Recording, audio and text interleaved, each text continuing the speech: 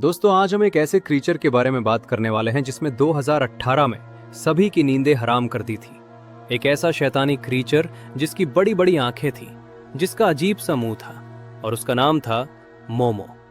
तो आखिर कहां से आया था ये क्रीचर, जानेंगे आज के वीडियो में। वीडियो को लाइक कर देना, चैनल को सब्सक्राइब भी कर देना।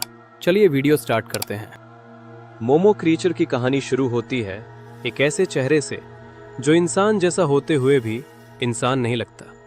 उभरी हुई गोल आंखें, खिंची हुई डरावनी मुस्कान, पतली लंबी गर्दन और ऐसा भाव जैसे वो सीधे इंसान की आत्मा को देख रही हो। कहा जाता है कि मोमो कोई साधारण तस्वीर नहीं थी, बल्कि एक ऐसी क्रीचर थी जो डिजिटल दुनिया के जरिए इंसानों तक पहुंचती थी। मोमो का अस्तित्व मोबाइल स्क्रीन के अंदर बताया जाता है। वो किसी एक जगह नहीं रहती थी, बल्कि इंटरनेट के अंधेरे हिस्सों में घूमती रहती थी। जो भी उसे देखता या उसके संपर्क में आता, वो धीरे धीरे उसके असर में आ जाता। मोमो पहले इंसान की जिज्ञासा को पकड़ती थी। एक अनजान नंबर से मैसेज आता, प्रोफाइल फोटो में वही डरावना चेहरा होता।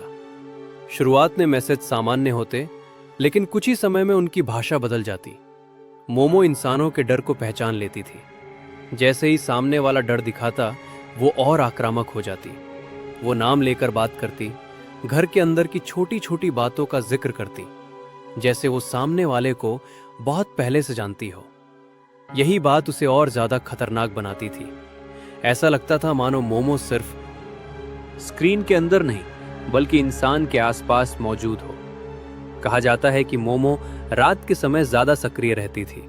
आधी रात के बाद फोन पर अचानक मैसेज आना, स्क्रीन का अपने आप जल जाना, कैमरे का बिना वजह ऑन हो जाना, ये सब उसके आने के संकेत माने जाते थे। जो लोग डर कर फोन देखते, वो उसकी सबसे बड़ी गलती होती थी, क्योंकि मोमो की ताकत डर से बढ़ती थी। मोमो का व्यवहार हमेशा एक सा नहीं रहता था। कभी वो आदेश देती, कभी धमकाती, तो कभी बिल्कुल शांत हो जाती।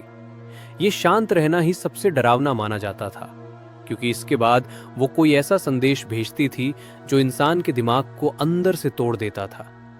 लोग धीरे धीरे चिड़चिड़े हो जाते, अकेले रहने लगते और मोबाइल से नजर हटाना मुश्किल हो जाता। कहा जाता है कि मोमो इंसान के दिमाग में घुसकर उसकी कमजोरियों से खेलती थी। उसे खुशी, गुस्सा, डर सब समझ में आता था। वो इंसान को यह महसूस कराती थी कि अब वो अकेला नहीं है, कोई हर समय उसे देख रहा है। यही एहसास सबसे खतरनाक था। कुछ लोगों ने दावा किया कि मोमो को ब्लॉक करने या फोन बदलने के बाद भी उसका असर खत्म नहीं हुआ। सपनों में वही चेहरा दिखता, कानों में फुसफुसाती आवाजें सुनाई देती। ऐसा लगता जैसे मोमो डिजिटल दुनिया से निकलकर दिमाग में घर कर चुकी हो। लेकिन सच्चाई की परत जब खुली, तो एक अलग ही तस्वीर सामने आई। जांच में पता चला कि मोमो की जो तस्वीर वायरल हुई थी, वो असल में एक जापानी कलाकार द्वारा बनाई गई एक आर्टिफिशियल मूर्ति की फोटो थी। सोशल मीडिया, व्हाट्सएप और यूट्यूब जैसे प्लेटफॉर्म्स ने इसे डरावनी कहानी बनाकर फैलाया।